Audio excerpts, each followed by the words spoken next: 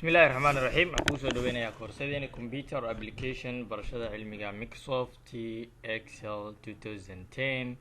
إن هرليعيسا introduction كيسا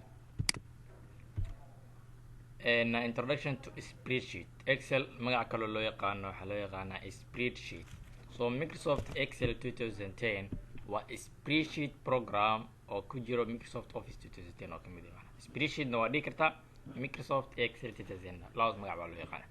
so spreadsheet صوت لو بحيم هيتا spreadsheet is a grid of rows and columns in which you enter data و grid و network ككوبان وحلو يقانا rows y columns row iyo column ka kooban kaasoo kuu suurtagelinayo inaad geli kartid text qoraal numbers iyo results of calculation jawaabo kaaga soo baxayo calculations oo mathematically aad samaysid so in Excel marka la hadlayo a computerized spreadsheet wax loola jeedaa worksheet so fileka aad ku isticmaali doontid si loo store gareeyo worksheet kan oo loo yaqaan computerized spreadsheet waxa loo magacaabaa workbook markuu gadan oo yahay waxa loo yaqaan workbook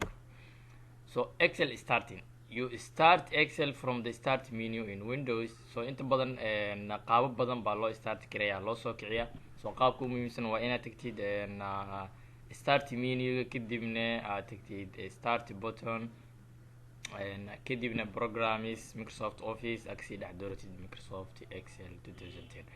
ama in kaliya magaciisa qortida dhaadi Excel 2000 Microsoft Excel oo ku soo qabana options kala jiro eedan arki doono markaas soo daareen insha Allah so the Excel program Windows has the same basic parts of as all Office programs when Excel programs waxa jira programyo hore soo baranay oo kamid yahay Word 2010 iyo PowerPoint 2010 so programkan la yaqaan Excel window wuxuu leeyahay same basic parts waa inta badan waxyaabo iskaga mid ah qeybihii hore iskaga mid yihiin of all Office programs marka laga hadlayo so waxa kamid ah title barka qaybta oo ka soo muuqanayo mawduuca quick access toolbarka qaybta oo ka soo muuqanayaan save ka undo redo iyo ribbon oo ah qaybta shaqada dhan ay ku dhex dhacayso backstage view iyo status bar waxaan oo dhan waa basic parts oo ka soo muuqanayo dhammaan program Office hadii aan leeyahay Word-ka PowerPoint iyo Excel so isagana uu leeyahay weeyna so markii la soo daaro qaabkan uu soo noqonaa marka it means waa kana parts ka sheegeen su'aalahan qaybtan ugu sareyso waa quick access toolbar ribbon waxa la yiraahdaa waa qaybtan dhan ee ku fadhiso oo shaqada dhan oo laga wada qabto qaybtaas ugu sareyso waa title barka waaye qaybaan wuxuu ku sheegayaan sizing buttons iyo kana waa helping kuwan waa in programka ka baxdid programka weynaysid programka soo yeerisid kuwan helping ka saacida waxyaabaha qaar marka garawaysid ina ka caawiyo ina weydiisid so waa kana marka wuxuu ka kooban yahay waa grids ka kooban column iyo row linkan waxa loo yaqaan column kan waxa loo yaqaan lines kan oo xarfaha ka muuqdo a b c so columns waxa loo yaqaan xarfo column rows kan waxa loo yaqaan numbers so column letters waa kuwana a b c d and row and numbers na kuwana so halkan waxa ka soo muuqan doona name of the box so halkan waa boxka meesha wax lagu qoraayo waxa kale la yiraahdaa cell so cell kan magaciisa kor ka soo muuqana A1 it means waa column A iyo row 1 hadii halkan la soo istaago tusaalahan waxay noqonaa column D iyo row 3 okay so halkan waxa ka soo muuqanaya formula bar meeshaas shaqada meesha laga dhex qabto iyo formulkeeda iyo halkaas ka soo muuqana row numbers kana kuwana so work area qaybta dhan oo lagu shaqeynayo oo body dhan lagu shaqeynayo shaqadii dhan lagu qabanayo halkan waaye status bar waa qaybtan ugu hooseyso sheets tabiska waa pageska documentiga wax lagu qoranayo Excel su'aalan hadda anaga waxa joognaa sheet 1 waa page 1 sheet 2 markaas another page kale sheet 3 another page kale so saddexdaas sheet iyo inta badan sameeyaa laakiin hadii meeshan oo plus ay isticmaashid plus kan wuxuu ku sii ogolaana in sheet kale aad samaysid oo pages kale aad samaysid kartid iyo ku ogolaana so workbook walba marka wuxuu ka koobnaan karaa 3 worksheets as default so worksheets waa pages ka uu leeyahay workbook so mid walba hadhow waxa ka bedeli kartaa magaca uu ku qoran yahay haddii aad rabtid in kusoo dartid mid kale calaamada pluska taabanaysa kadibna magaca rabtid worksheet-ka ku qoranaysa. So the worksheet displayed in the view area of active worksheets. inta badan kan oo wax kusoo muuqdo active ku daaran. So columnska waxay kasoo muuqdaan as vertically qaybta istaaga columnska usoo muuqanayo hay documentiga identified by letters waxaana lagu qeexaa letters oo a b c iyo rowgana wuxuu kasoo muuqdaa appears as horizontally si jiif and identified by numbers waxaana lagu qeexaa oo lagu gartaa numbers. So qaybta kasoo muuqanaysa sare numberska letterska waa columns, qaybta bidix ee kasoo muuqanayso numberska waxa loo yaqaan row. So cell waxaa loo jeedaa is the intersection of row and column, meesha iska jaraan columnkaas oo ah letterska iyo rowgan oo ah numberska meesha iska jaraan waxa loo yaqaan cell. So each cell is identified by unique cell reference. So cell walba marka wuxuu leeyahay cell reference gooni u ah oo loo yaqaan cell reference, magac gooni ah iyo lahaan doona cell walba. So the cell in the worksheet in which you can type data is called active cell. Cellka markaas oo datada ku dhex qoraysid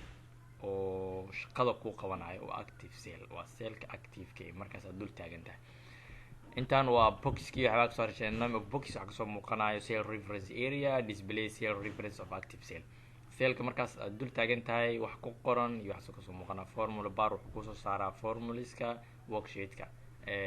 cell contains a calculated types. Tusaalahan waxyaaba marka la isku darayo kale la kala jarayo formula la isticmaali doona. So formula wuxuu noqon doonaa waa equation xisaab that calculates a new value from a value currently in worksheet. qiimo cusub waxa kaga soo saarayso shayaal la xisaabiyo oo kale. So open an existing worksheet sida loo soo furayo documents kale ee wordka iyo powerpoint-ka ayaa loo soo furaya. open file-ka tegaysa kadibna waxaa leedahay ribbon-ka aad joogtid file type kadibna waxaa leedahay open file type kadibna qaabkan iyo soo muuqana haduu ahaa mid hore u jiray.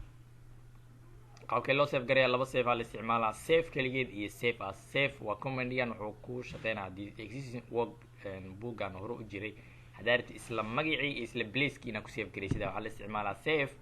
save as command-gan waxaa la isticmaalaa hadii workbook-gan aad rabtid new name inaad ula baxdid oo to a new location meel cusub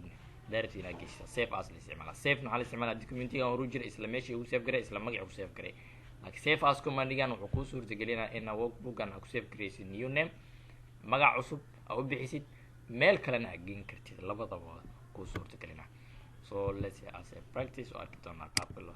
so desktop-ka joognaa qaabo badan ayaa loo soo daari karaa waxaa la yidhahdaa Microsoft. kuwa hore qaabka usoo daarina waxaa dhahayna new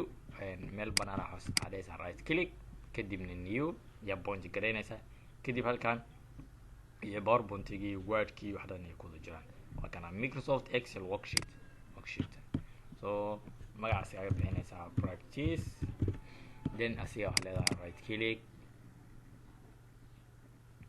then waxaa leedahay open then uu soo daarmi doonaa mar walba soo daarmi doonaa. So waa kana marka overview ay arkayni kan oo kale waa cellskii waa meeshii uu ka koobnaa waxa loo yaqaano columnskan iyo wuxuu ka kooban yahay rows. So cell walba oo active mid walba oo wax ku dhex qoraysid waxa loo yaqaanaa cellka active waa hadda waa column H iyo row-ka toddobaad sa ku calaameynaya. So hadda sheet-ka waxaa joognaa koowaad sa oo kala garan hadda meeshan 1 iska dheh sheet-ka koowaad page-ka koowaad sheet 2 hadda dhan is a new page sheet 3 is a new page. So halkan aad yarto ku sii dari kartaa sheet 4 5 asna ku sii dari kartaa. intaan kale waa ribbon-kii meelii shaqada oo laga qabanayo home insert page layout formula oo mid walba shaqo gooni ah qaban doonto. qaybtaas waa quick access toolbar-ka save file-ka waa qaabka meesha marka la rabo in la save gareeyo save as di save farka ku dhacaysa shaqada open haddii aad rabtid inaad soo furtid new document qaabka loo sameynayo iyo waxaas oo dhan waxay kala mid yihiin sida kale. su'aalan hadda anaga inaan save gareynaa rabnaa save aan leenahay automatic documentiga hore u jiray magaca kusoo qorno practice hore ka save gareysma. haddii aan rabno inaan meel cusub ku save gareyno save as aan leenahay then magaca u bixinaynaa practice 1 oo kale kadibna position-ka rabtid inaad ku save gareysid aad dooranaysaa kadibna waxaa leedahay save. So documentigan laba meel oo ku kala safgaraysan laba magac u leeyahay. introduction keena halkaas ayaa kusoo gabagabeynaa. Assalaamu calaykum waraxmatullaahi wabarakaatu.